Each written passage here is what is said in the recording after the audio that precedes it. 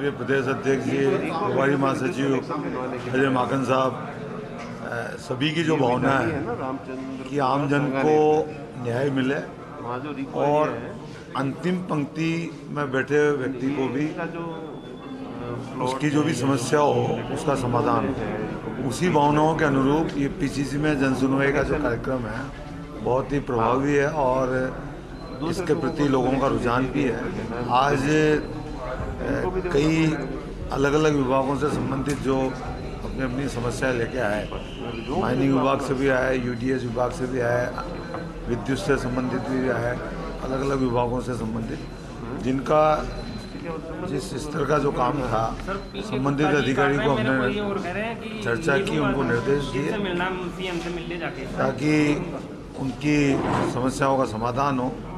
और हमें आशा नहीं, पूर्ण विश्वास है कि मुख्यमंत्री जी की भावना के अनुरूप अधिकारी इनको पूरी तत्परता से निस्तारण करेंगे और आम जन को इसका लाभ होगा। सर, सरकार के 3 साल हो गए हैं, आपने आते ही कहा था कि जन भावनाओं के अनुरूप हम लोग पॉलिसी लेके आएंगे, वो पॉलिसी नहीं आई सर। 3 साल पूरे हो चुके, 2 साल बचे।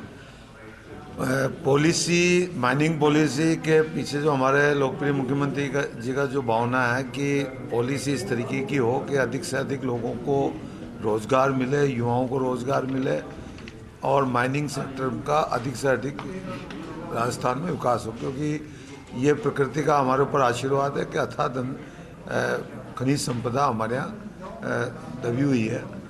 उसी भावना के अनुरूप हमने विभाग के अधिकारियों की अलग अलग टीमें बनाकर अन्य स्टेटों में जहां पर माइनिंग हमसे अधिक है उन स्टेटों का के लिए टीमें बना के भिजवाई।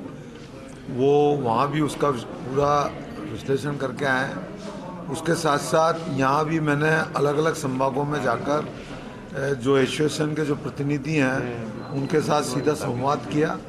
जोधपुर में मीटिंग रखी, बीकानेर भी रखी, तो जहाँ जहाँ ताकि क्योंकि हर डिवीज़न की अलग अलग मिनरल्स होता है, उनकी अलग अलग समस्याएं होती हैं, उसका किस तरीके से हम उनकी समस्याओं का समाधान कर सकते हैं नियमों में परिपक्व में, ताकि उन लोगों को लाभ भी हो और सरकार को भी उसका फ़ायदा हो, युवाओं को भी रोज़गार मिले।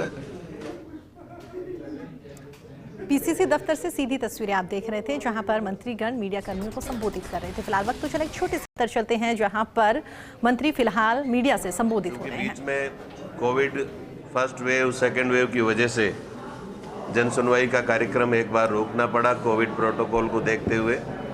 अभी थोड़े समय पहले फिर से माननीय मुख्यमंत्री जी के निर्देश से हमारे प्रदेश अध्यक्ष गोविंद सिंह जी डोटासरा जी के आह्वान पर हमने जन सुनवाई का कार्यक्रम शुरू किया है।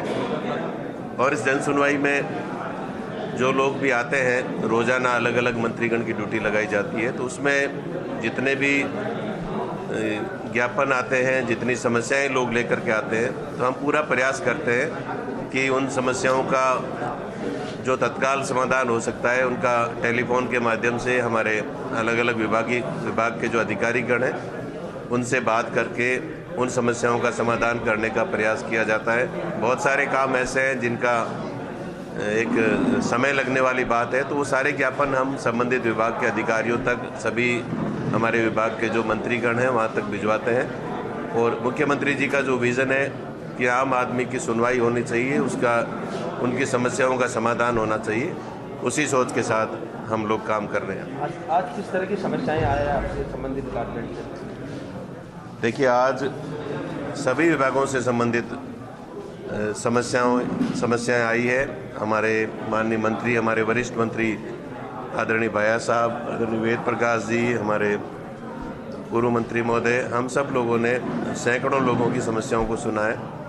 जहाँ तक मेरे विभाग से संबंधित जो भी मुद्दे आए हैं उसमें अलग अलग जो चाहे प्रसारण निगम से है, चाहे उत्पादन निगम से है, चाहे वितरण निगम से है या अन्य मुद्दे हैं, उन सब का हमने पूरे ज्ञापनों को सूचीबद्ध किया है। और जो कुछ ऐसे मुद्दे थे जो विभाग के अधिकारियों से बात करके उनको समाधान करने के निर्देश भी दिए गए हैं। और हमारा ये प्रयास पूरा रहेगा कि जो समस्या या जो मुद्दा इस जन सुनवाई में जो लोग लेकर के आए हैं, अगली जन सुनवाई हो उससे पहले उस समस्या का समाधान हो। ये हमने हमारे विभाग के अधिकारियों को भी निर्देश दिए हैं। और हमारा भी यही प्रयास रहेगा।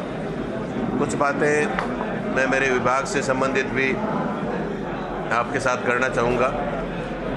राजस्थान में मुझे उस शिक्षा विभाग के मंत्री के रूप में माननीय मुख्यमंत्री जी ने 3 साल काम करने का मौका दिया और राजस्थान के इतिहास में पहली बार 123 गवर्नमेंट के कॉलेज राजस्थान के अलग अलग ग्रामीण क्षेत्रों में खोले गए।